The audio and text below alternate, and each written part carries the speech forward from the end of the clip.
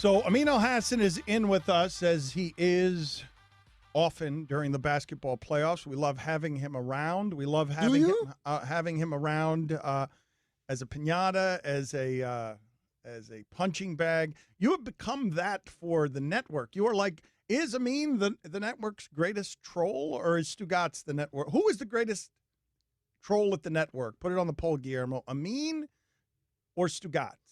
It's just the two of us. Well, what else? Who else is on the list? Who's the third place finisher in troll at ESPN? This is like 1985 Lakers versus Celtics all the way. This is a hell of a finals we're going to get here. Do we have a third place troll at ESPN? Is there such a thing? Regardless. But it depends. I mean, see, it depends. I think the way me and Stugatz approach things is different from, for instance, some might call Stephen A. Smith a troll. Right? Some might call Will Kane a troll. But I don't know. I feel there's more sincerity coming out of those guys than definitely. The NFL news, it never stops. Dan, the Seahawks have signed former Washington Redskin quarterback Stephen Morris. The Cowboys are expected to release wide receiver Dez Bryant. And finally, guys, farts smell worse when you need to make a poopy. How about that? Seriously, it's pretty clear now. Stephen Morris to the Seahawks, the writing is on the wall for Colin Kaepernick. It's just unbelievable. You have a guy who was a play away from winning a Super Bowl, another play away making it back to the Super Bowl. The Seahawks don't want him because he won't say what he's going to do with the national anthem, and therefore they sign a guy, Stephen Morris. What a joke. Pete Carroll should be ashamed of himself. Seriously, Stephen Morris. Please. I thought the Dez Bryant story was the most interesting one in your update. You did? Well, I don't know what that third one was. Like that, the third story in your update. What? Please read that again. Yeah. It's the single dumbest thing said on this show. And finally, farts smell worse when you need to make a poopy.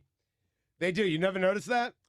What I've noticed is as that you're approaching pooping, they smell a lot worse. Listen to me. This is what I've noticed. What I've noticed is that when Death Metal Hockey Guy makes an appearance, all of a sudden the SportsCenter flashes fall apart in the finalies. Like that was not someone trying to write an "and finally." And finally, farts smell worse when you're trying to make a poopy. That was something that ESPN distributed as a news item that was sponsored in its SportsCenter. When you need to make a poopy, that's a fine. And what Mike did was a SportsCenter update. What I did was an NFL update. Special. Yeah. Oh, it's a totally different thing. You're right. Totally different thing. Yes. So let's go ahead and do Black in My Day from what I believe to be ESPN's greatest troll. Time for the segment that reminds Dan and Stugatz how out of touch they are. Here is Amin Elhassan with Black in My Day. All right. Well, you guys know that here on Black in My Day, I like to educate and inform our melanin-deficient colleagues, friends, and listeners about the nuances of the black experience. Oh. Right? These fireside chats are designed to improve race relations through better understanding. But oftentimes, I get a lot of feedback from the hurt Rambuses of the world. Why you gotta make everything about race? Since the topics tend to be about the destructive effects of white people on the black experience. For example, white people thinking black people are the gateway to procuring narcotics. If you remember, we are the Atlanta Hartsfield of drugs for white people. So I thought I would do something a little different this time. Talk about a wholly self-contained issue afflicting the black community worldwide for generations through no fault of systemic racism or white privilege. I'm talking, of course, Roy, you know, the scourge known as ashiness. Yes, now I know what you're thinking. Who among us hasn't experienced the vexation of dry, ashy skin? It's itchy, it's uncomfortable, and in extreme cases, it can feel leathery to the touch.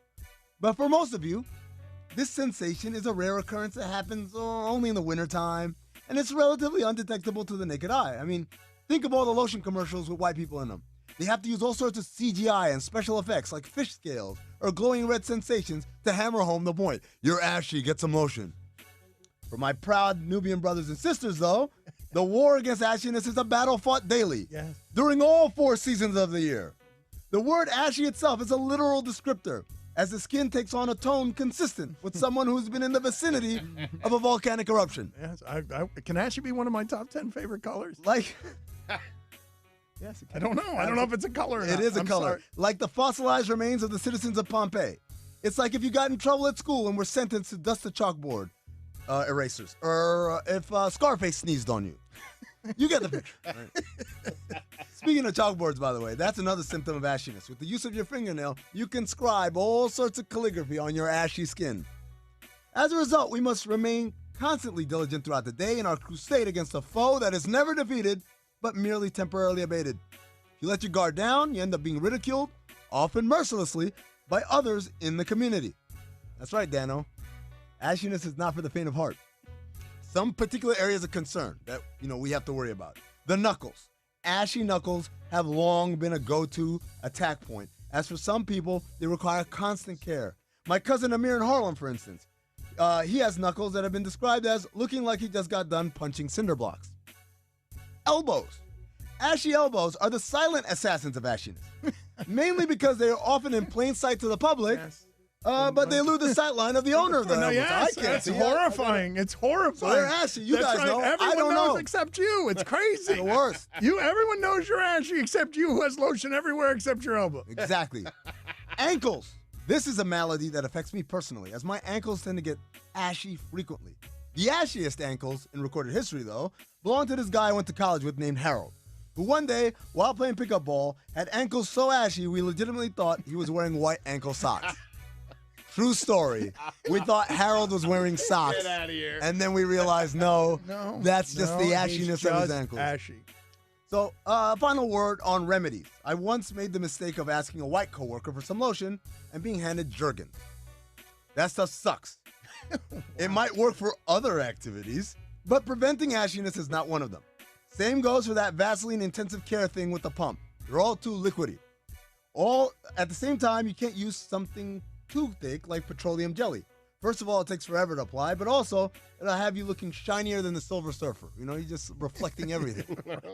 No, you need something with the right amount of viscosity that'll form a coagulant seal that keeps the ashiness out, but keeps the moisture in. I mean, something like Palmer's cocoa butter. My man Amin, cocoa butter's a major key. Another one. My name's Amin Elhassan, and this has been Black in My Day.